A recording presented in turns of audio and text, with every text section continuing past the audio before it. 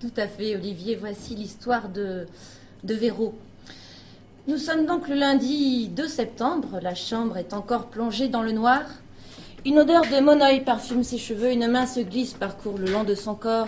Jamais encore chemin n'avait été si parfait. Sa joue, sa nuque, sa poitrine, sa taille, son petit nombril, ses hanches et... Ah! Eh oui, Véro, c'était ta main. Bernardo, ton amour de vacances est aveugle et parti depuis belle lurette.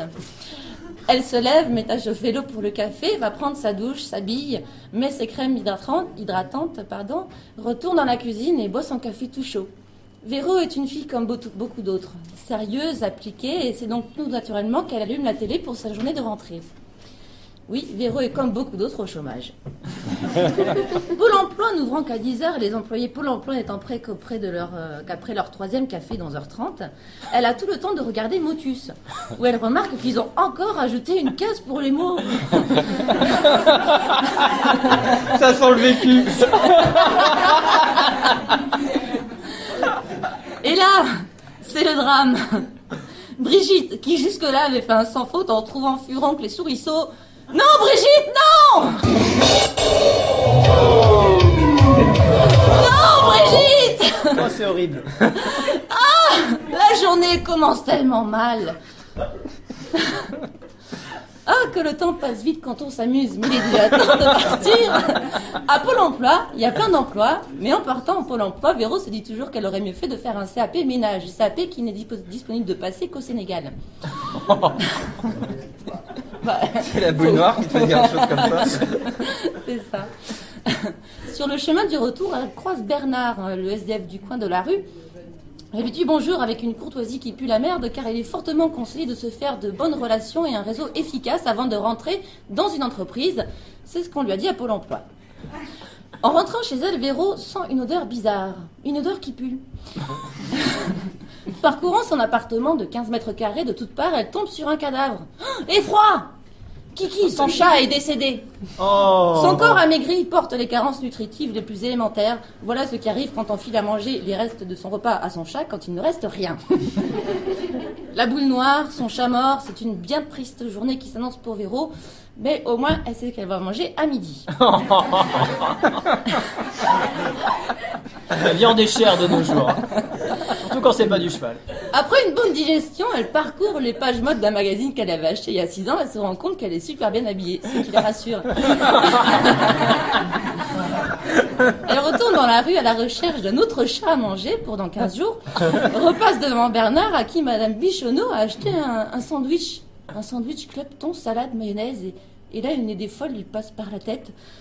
D'un coup, tout ce temps en elle pique le sandwich. Bernard pousse un cri. Tous deux se lancent dans une course effrénée. Les gens dans la rue commencent à crier « Au voleur! Au voleur !» Un homme courageux décide d'agir et se précipite sur Bernard pour l'arrêter parce que lui aussi veut devenir un héros dans la dépêche.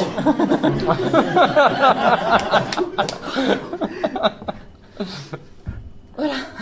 Les cris de Bernard sont de plus en plus loin dans la rue, mais de plus en plus présents dans la tête de Véro.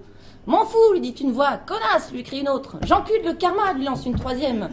Arrivée chez elle, Véro engloutit le sandwich avec ses 3 nouveaux amis.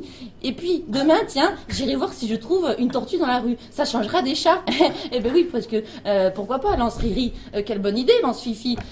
Connasse, lâche enfin Loulou. Loulou, c'est le pas sympa de la bande. Peut-être qu'il manque d'orthographe. Quelques séances d'orthophonie seraient peut-être profitables. Elle allume sa télé, regarde la roue de la fortune et se rassure en se disant qu'elle est comme tout le monde, tandis que Fifi va préparer le dîner invisible pour ce soir, un cassoulet cosmique. Mais alors que Véro termine son assiette d'oxygène, on sonne à la porte. Elle ouvre, c'est la fée Pochette, sa voisine. « Tu aurais pu traverser la porte » lui dit Véro d'un ton rieur. « Eh oui, mais je suis bourrée » répond la fée Pochette. « Ça passe mieux pour les coups. »« Ah, ton mari est là » lui dit Véro. « Oui, oui » dit Pochette. « Tiens, tu sens le produit pour les vitres. »« Et oui, c'est qu'avant je sentais le couscous, mais aux dernières nouvelles j'ai changé de mari. » Tetris vous a présenté sa séquence racisme. La séquence raciste offerte par Tetris et par son partenaire Lidl.